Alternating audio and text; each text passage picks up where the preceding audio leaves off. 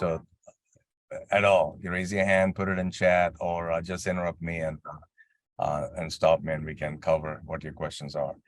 The overview on the webinar, we're going to look at average and um, oh, I can't see my screen. At-risk borrowers. We're going to look at the latest on return to repayment, what the Senate has done in the last couple of days, return to repayment issues that we project for colleges, and what we recommend. And we'd love to talk to you about what you're planning on doing today. Very quickly about ION tuition, our experience. Almost some of our clients are here, you know this, but over the last 10 years, we've handled about 600,000 phone calls. We've talked to 4.7 million students that we've served. We've had 37 plus million minutes on the phone helping our students that we have serviced. So we're very old. Some of us have worked together for 25 years together. And on the call, we have some of them. Jared, who's been with us, and he's a moderator. He's been with us about 5 or 6 years. Brent Givens has been with us 12 years, and he's been in the education industry since 1991, starting with Sally Mae and USA Funds. So we've got a very experienced team that can help, and we can answer any question you have, and we have opinions. ION is before school, during school, after school. We do the enrollment management. We do student retention with the mental health services, return to repayment and default aversion. We now do a lot of income-driven repayment and public service loan forgiveness enrollment. And of course, GE becomes a big issue for everybody, particularly for-profit schools. And we have solutions on that. We've had solutions on that for the last 7 years. Let's go straight to the loan forgiveness issue. Yesterday, the Senate advanced procedurally the bill that the House put to the Senate on the student loan cancellation. This will go back to the Senate probably as early as Tuesday next week. And if it is passed by the Senate, it'll go to the president for signature. And Biden has vowed that he will veto it. That might be the end of it because it's a Congressional Resolution Act, and it may go nowhere. It doesn't have to.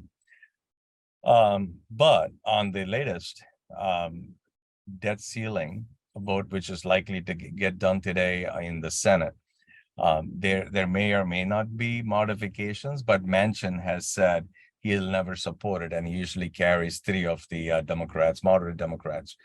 So student loan repayment and collections will begin, and it should pass. I don't know why the president and the Senate are lowercase, but we'll just blame Jared for that. Servicers, I can't help it, Jared, I have to edit. Virginia Fox was a big supporter of career technical education schools, for-profits, and community colleges particularly. And she presented a letter in the House hearing, I think it was March 24th. And she said that servicers have not received any guidance. And I know that for a fact because we just met with a few of them at a closed session 2 weeks ago in DC. They have had no guidance, and the department has told them, don't communicate with borrowers, we'll let you know. Now they have 60, maybe 73 days to get this done. And we believe it's going to be a major problem. So moving on, this is a issue and it's chaos. 33 million people enter repayment. 25 million are likely not to have phone numbers, addresses, or emails. They won't have one of them. And we project a delinquency jump of 60% immediately when repayment starts in the first 90 days. And we accept a default rate jump on the 2023 cohort by 100%, or the 2024 cohort by 100%. And the rationale for it is right here. We took the 2016, 17, 18 roll rates for 3-year CDRs. And we added, and the roll rates are between March and December over a period of time for the colleges that we worked for on their profiles. We calculated what rate did students default or become delinquent and default, at especially the high risk of default. and the high delinquent rates at that time in March, where students are at least 180 days delinquent. And based on that, we added a factor to the fact that you cannot contact X% of them in the first 6 months. And we looked at the 2024 3-year CDR. We expect publics to be the lowest at 11%. The last time the public average was 11% was, and that's year one. The last time it was 11.6% over 3 years was probably 2010. And it was a 2-year default rate. We expect publics to be at 16.8 over 3 years, not-for-profits to be at 23%, and for-profits to be at 27%. This is like the old days where we had the FFEL program and defaults were skyrocketing in the mid-90s. And that's when the direct loan program came into effect under Clinton, because he said, this is not right. Now we're stuck with it. 2024 delinquency roll rates. This is what we see in the first 90 days by sector. And you'll see this big dip coming out in the first year. 3 reasons for it. One reason is that the 2023 cohort runs away. The second reason is we expect colleges, universities, and the servicers to start catching up in the last 6 months. And then you'll see it spike back up. And it spikes back up because the 25 cohort starts adding in. And the ramp up the Department of Education has promised, they're going to ramp probably 10 million or so students at a time. And they're going to have a 60 to 90 day safety net. And you look at that 60 to 90 day safety net starting right here, because high delinquency means at about that time, the department will say, you are back to being current and I'm going to give you administrative forbearance. Well, when that ends, everybody's going to start picking up. So we expect 2 years in that the department, the servicers, and everybody will have things lined up. And you'll start to see a flattening of the curve for the 23-24 cohorts. This does not calculate anything to do with the continuing confusion on the systems that they don't have, the defaults that they have to handle. We're just projecting roll rates. So this is what we expect sector-wide, and it is not so far away from where GAO and their study came out in August of 2022, when repayment was supposed to start in December. GAO came out and did a study with the servicers and with the Department of Ed, and the Education Department agreed that over 50% of their entire portfolio were high-risk borrowers. Happy to answer questions, happy to send this study to everybody. Supreme Court, this is an interesting thing. We've had a couple of questions on it. We're no lawyers, but this is coming from popular opinion of lawyers, some of them with experience on both Supreme Court and constitutional issues. The popular opinion of lawyers with constitutional background is that standing, if the court thought that there was no standing, they would have remanded it right back and dismissed this. They're not going to consider it. Of course, the SoFi lawsuit is still pending. They have standing if the Mohila lawsuits are dismissed. On the decision, I watched the entire proceeding. I don't know how many of you did. And if you want it, it's a precious 3 hours of arguments by very smart people. We can send it to you. But the decision is that we believe the decision is going to be split along party lines. And I hate to say that about our legislative body, but that's how the hearing sounded. And they will probably disallow the cancellation through executive order. And that is the only issue here, is executive privilege, and it has nothing to do with whether Congress can do it or not. And Congress is unlikely to do it right now. Servicer updates. We don't have Great Lakes, we don't have Navient, we don't have Fed Loan Servicing.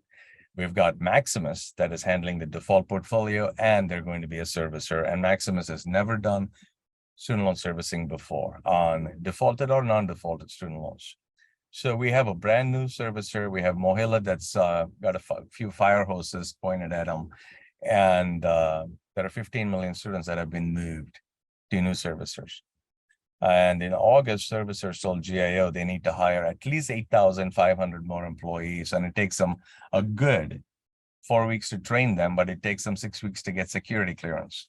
We're pretty much done today in terms of hiring people because they've been told not to hire anybody. And Nelnet cut its staff because the department unilaterally cut its fees because they didn't get budget authority. I know that Brent probably can add a lot, but I want to give all of you time and for us to have a discussion at the end. But we expect calls will be over an hour. I've done servicing and debt collection for 32 years, as have my leadership and everybody else. The phone call to tell somebody about their student loan, explain the balances, explain the loan rehabilitation program, tell them how the payments work, and get them on payments and send them paperwork and bring it back. It's about a 45-minute process. And that's people that have been in the active process of collection or servicing. Our borrowers haven't made a payment for 3 years, 3.5 years.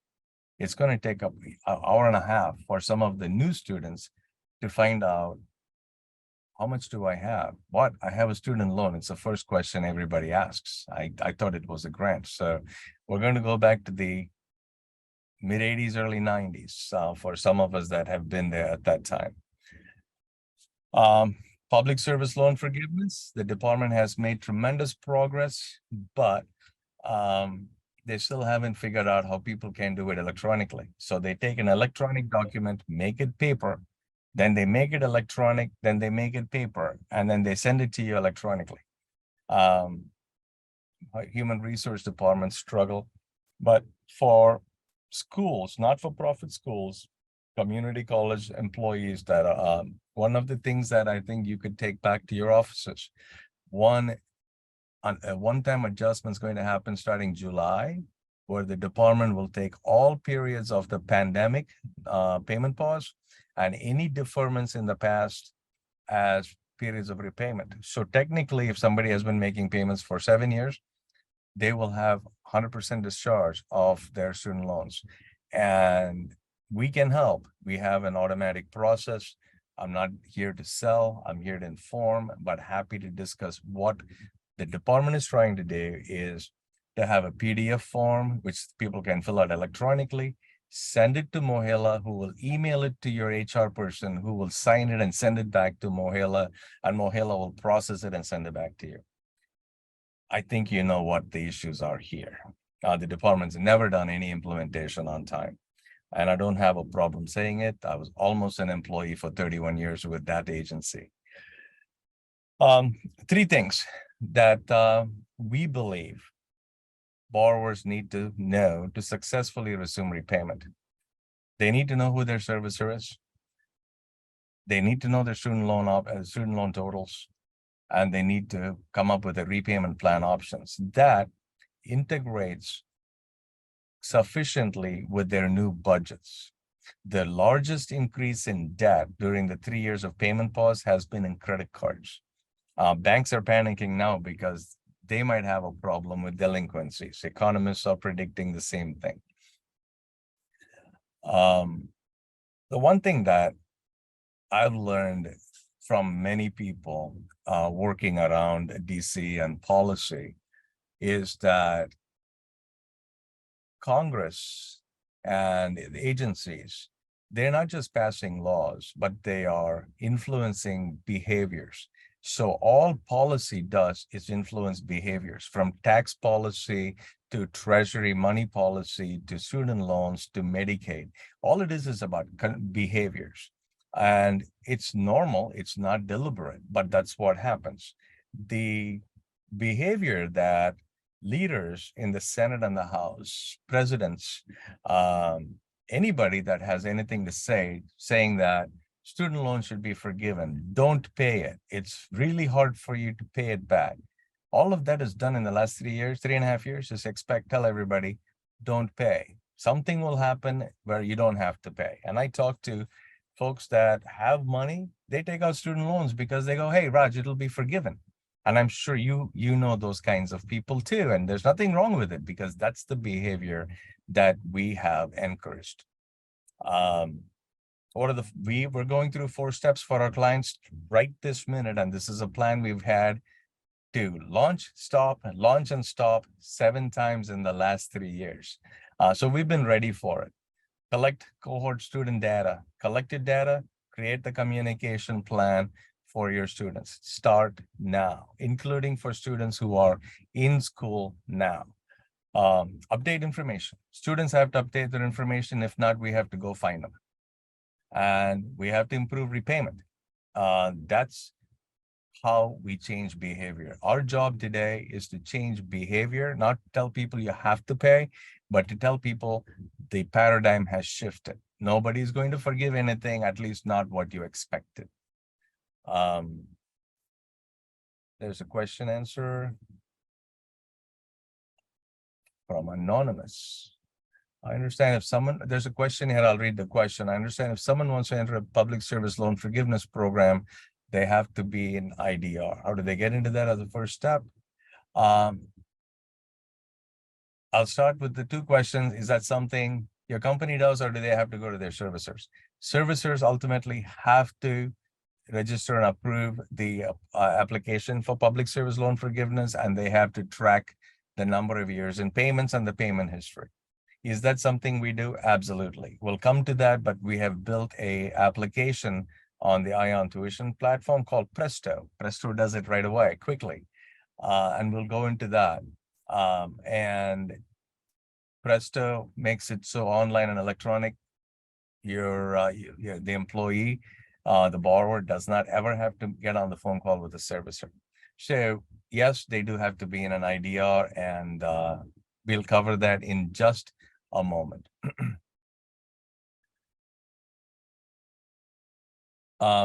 Once again, not-for-profit school employees, your employers now not only can use the tuition reimbursement program, but they can also, if a not-for-profit employee or any other employer, if you have a student loan and you make a payment on your student loan, they can match that amount or higher amount into your 401k.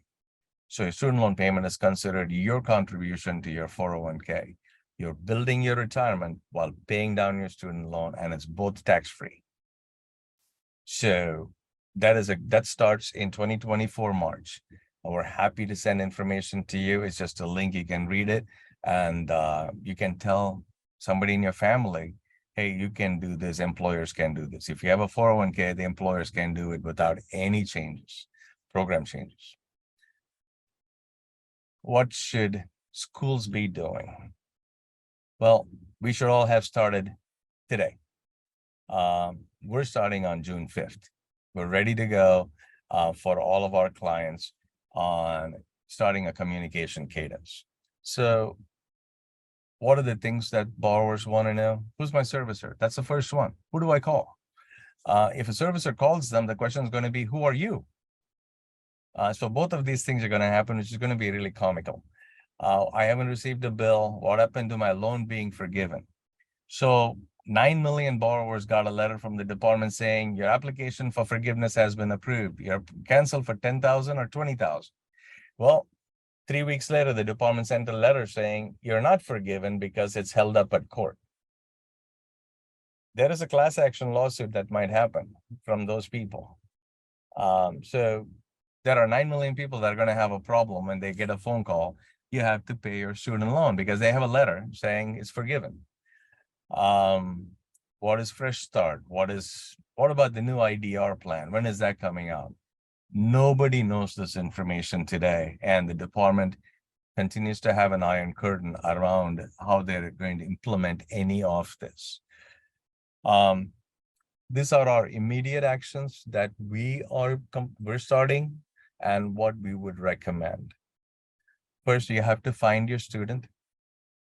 Then you have to communicate with the student, and it has to be on a cadence. You have to do it often and frequently and in different formats.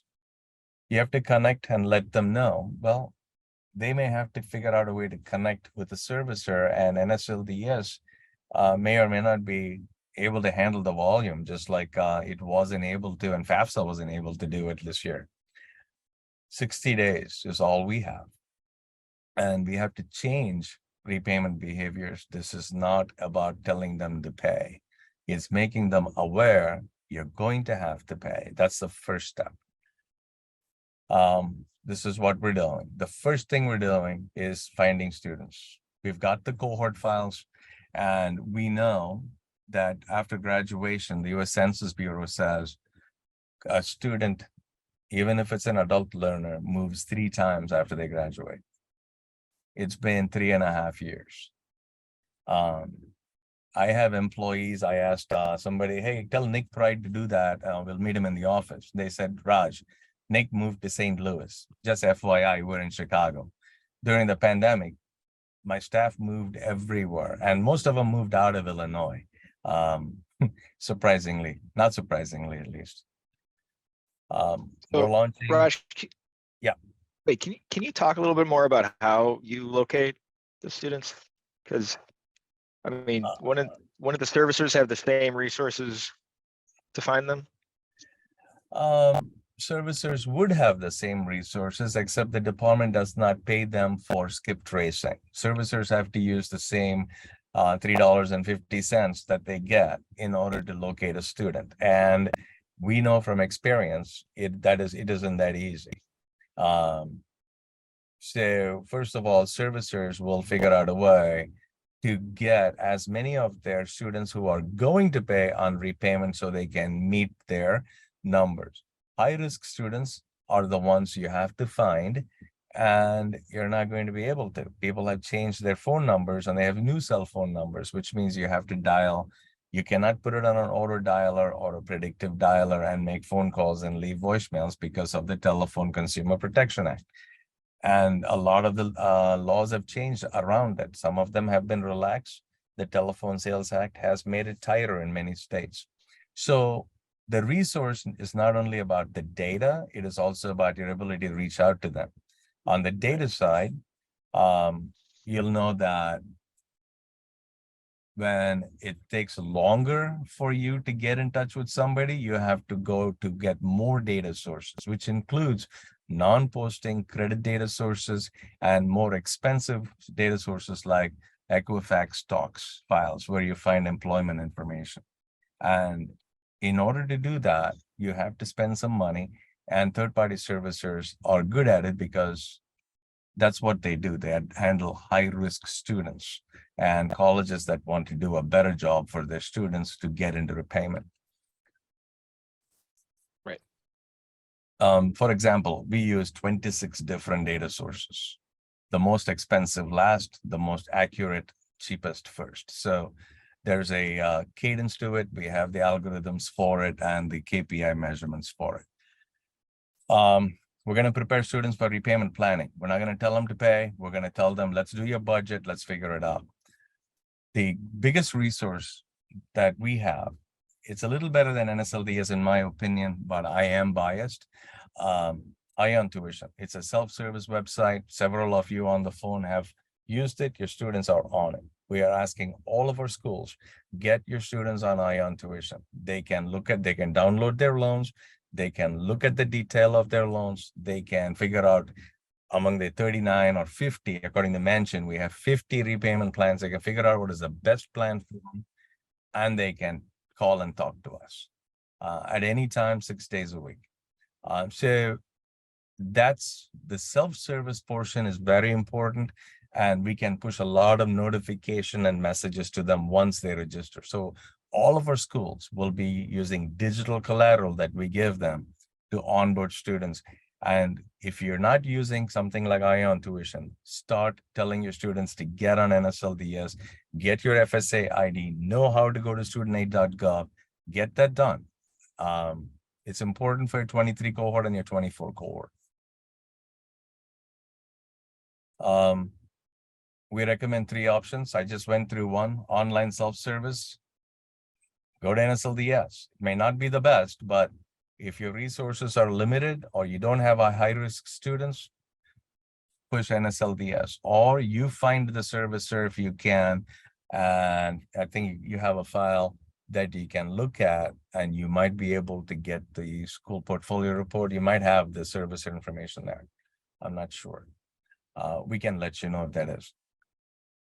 You can implement a solution after 30, 60 days delinquency. We've had schools that do that.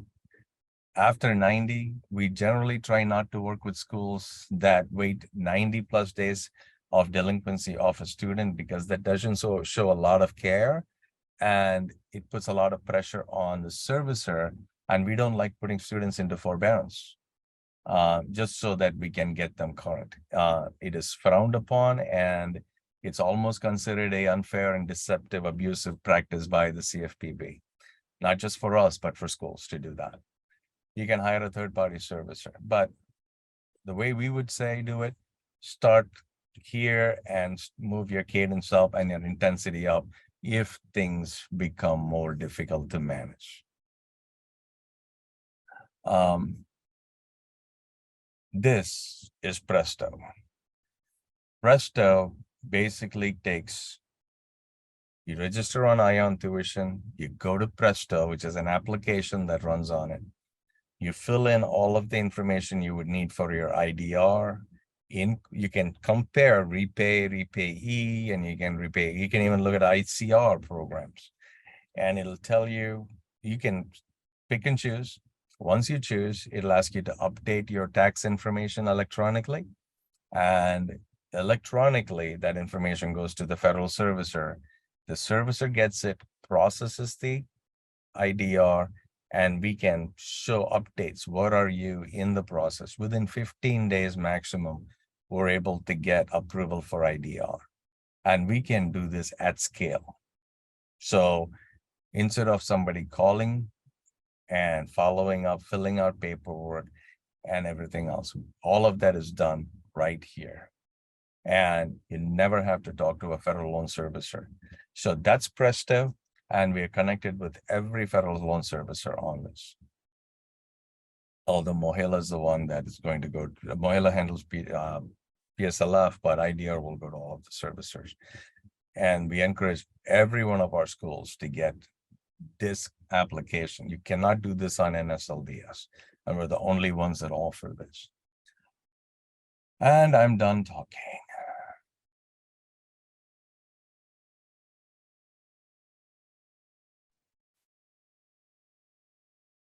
And questions, please.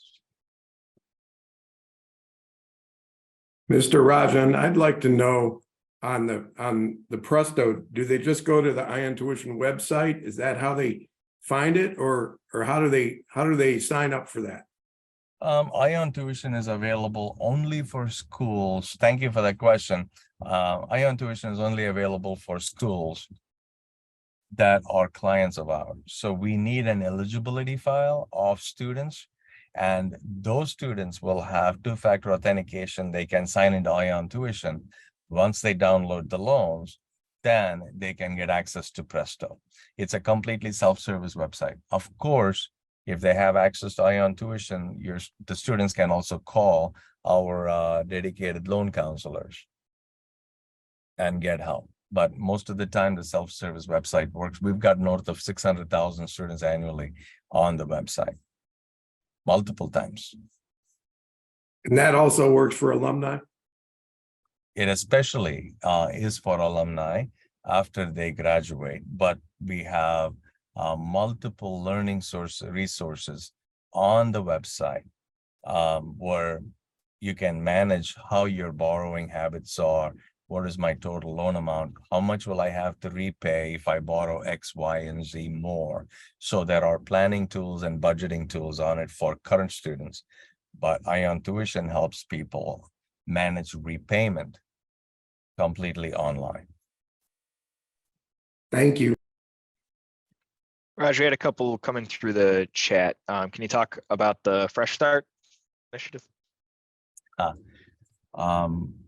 Fresh Start is interesting in the sense that the department announced it last year, and they said when repayment starts, the 7.5 million borrowers in default will be can be placed in current status if within 1 year from the date repayment starts, they enter into a valid repayment arrangement, including IDR, especially IDR.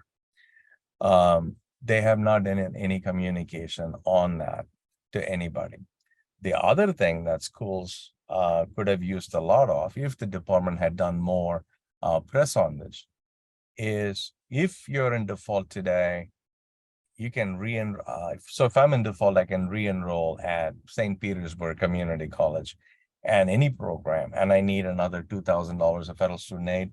The school can certify to the department I have re-enrolled. Your default is removed, and you're eligible for federal financial aid immediately for that semester. So we ran a couple of pilots for schools, and because the department did not really do anything on this, students weren't that interested. They didn't believe it's true. So yeah, Fresh Start starts on the same day repayment starts, and Fresh Start will be 7 million borrowers. In my experience, collecting defaulted student loans for 20-some years, 28 years, 60% of those borrowers don't have an address or a phone number. The number of borrowers that will actually qualify, get into a repayment, and come out of default are going to be precious few, because there are no collection agencies. And Maximus, which is now a brand new federal servicer, also handles the default resolution group for the Department of Ed. I'm a former Maximus Federal Services employee. I started that division back in 2000. It's very hard to do so much. So Fresh Start, great program, and I think the department should do it. And I think it will work if it's done well, like anything else. Another question was on when you say you cannot do this on NSLDS, can you specify what services are offered on your app that are not available on NSLDS? First of all, NSLDS provides information on your loans. Your federal servicer is the one that tells you what your payment amount is, how many days you're delinquent by, when is your next payment due date. NSLDS doesn't do the very basic things that a servicing website should do. NSLDS does not allow you to apply for IDR.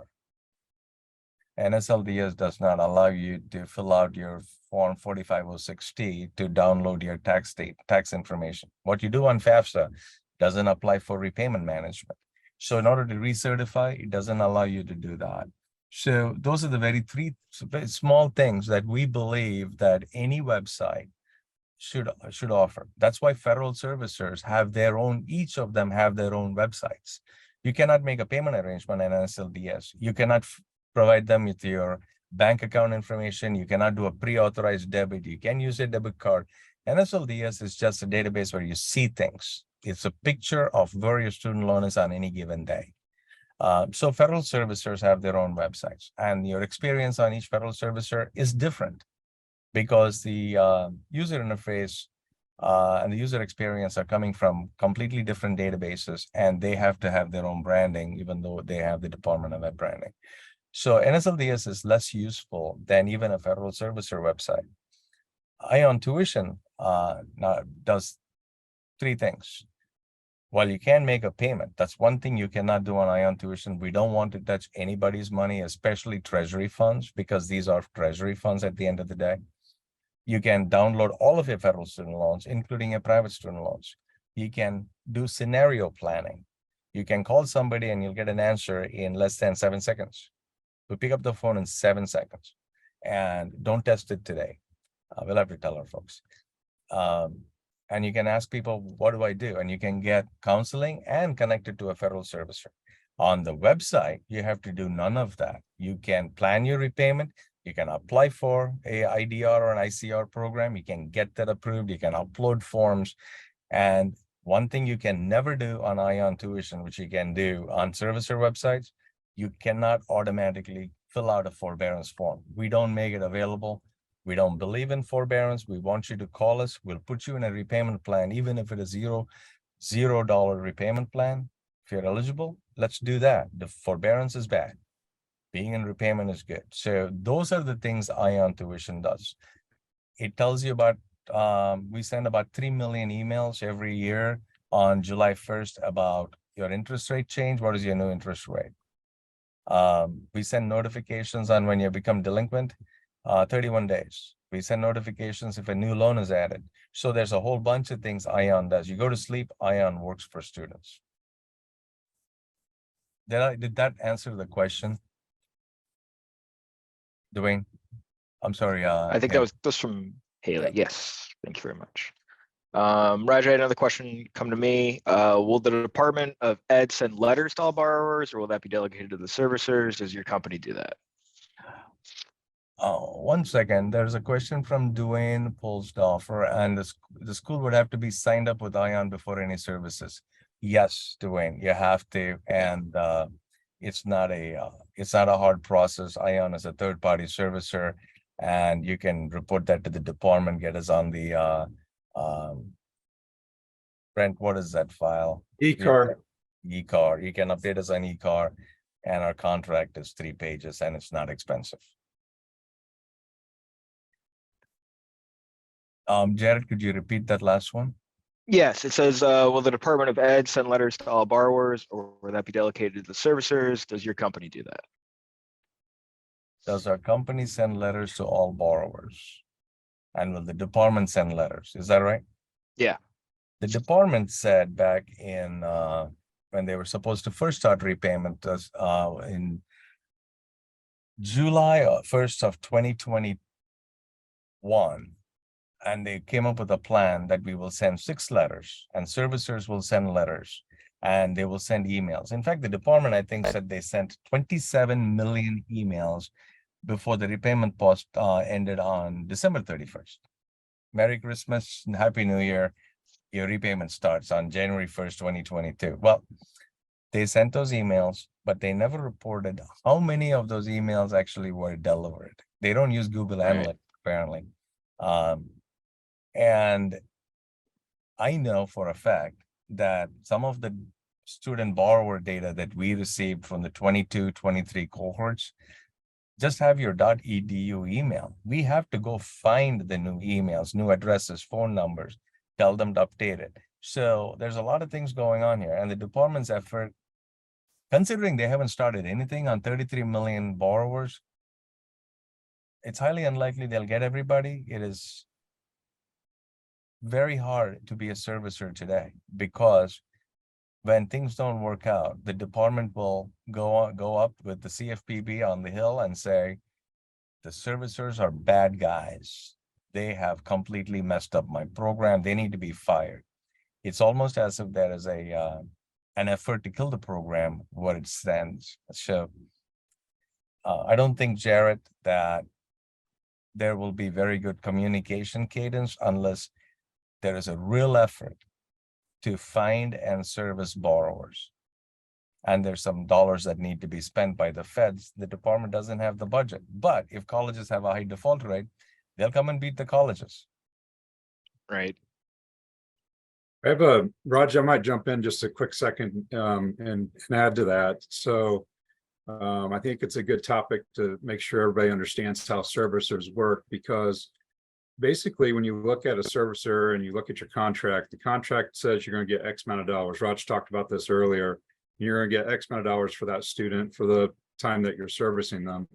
And when you're a servicer, and when I was working as a servicer for about 8 or 9 million borrowers at the time, we would be told by accounting to say, you're going to be able to do this amount of activity.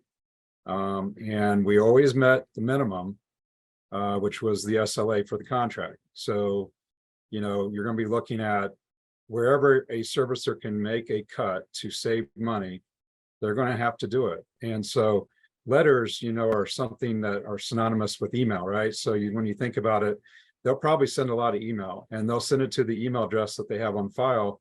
But, like we said earlier, it's probably not even being maintained anymore. It's probably going to be bouncing or maybe being delivered, but not being watched by the borrower.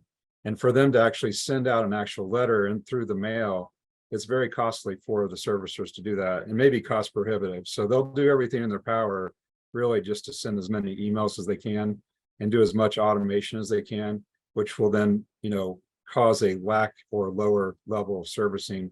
But again, it's all driven off the budget. Automation is good. The only problem is that my son has a student loan and I make sure the bills come to me, like most of us, right? And I keep his loan because I want to see what the servicers are doing. He graduated in 2014. And he always asks me, Dad, it comes on my credit report. And I say, I'm making payments, don't worry about it. They said, so one of the federal servicers, when payment pause was not there back before the pandemic, they always send me a letter and said, go to my website and sign up to see your balance or your new interest information or your interest rate change or adjustment to your account, which was kind of funny because I can barely remember my last name most days. And I had to remember another password.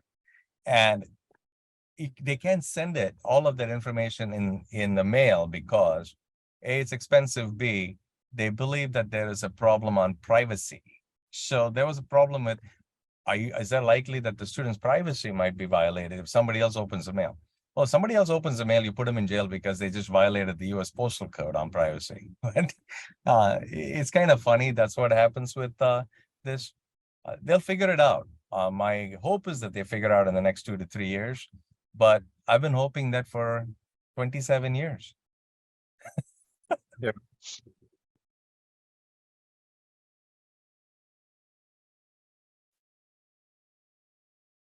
Any other questions? If you don't have any, we'll let you go. We're happy to talk to you, Brent, myself, John Kolakowski here, another 14-year veteran of Ion Tuition. In fact, he was a founding member of Ion Tuition back in 2008. We're happy to engage and we'll send you all of the information and maybe we follow up. If any of you are at any conferences, we'll look for you. We're going to be at most of the financial aid administrators conferences. We're going to be members of all of them. And we'll continue this. I know Jared said this is the last in the series. I think we should all buy popcorn and watch the show. We'll have front row seats. We'll have front row seats. And we'll continue this webinar every Thursday. I'm happy to do this. I love this stuff. And they just wheel me out to talk and then wheel me back in. I don't do any other work. Yeah, you did a good job, Raj. Thank you for doing Thank that. And we'll definitely follow up with everyone who requested it. Yeah, and you can also reach us at sales@iontuition.com for any other information you guys might need. All right. My I think cell that's phone's it. on LinkedIn. Thank you so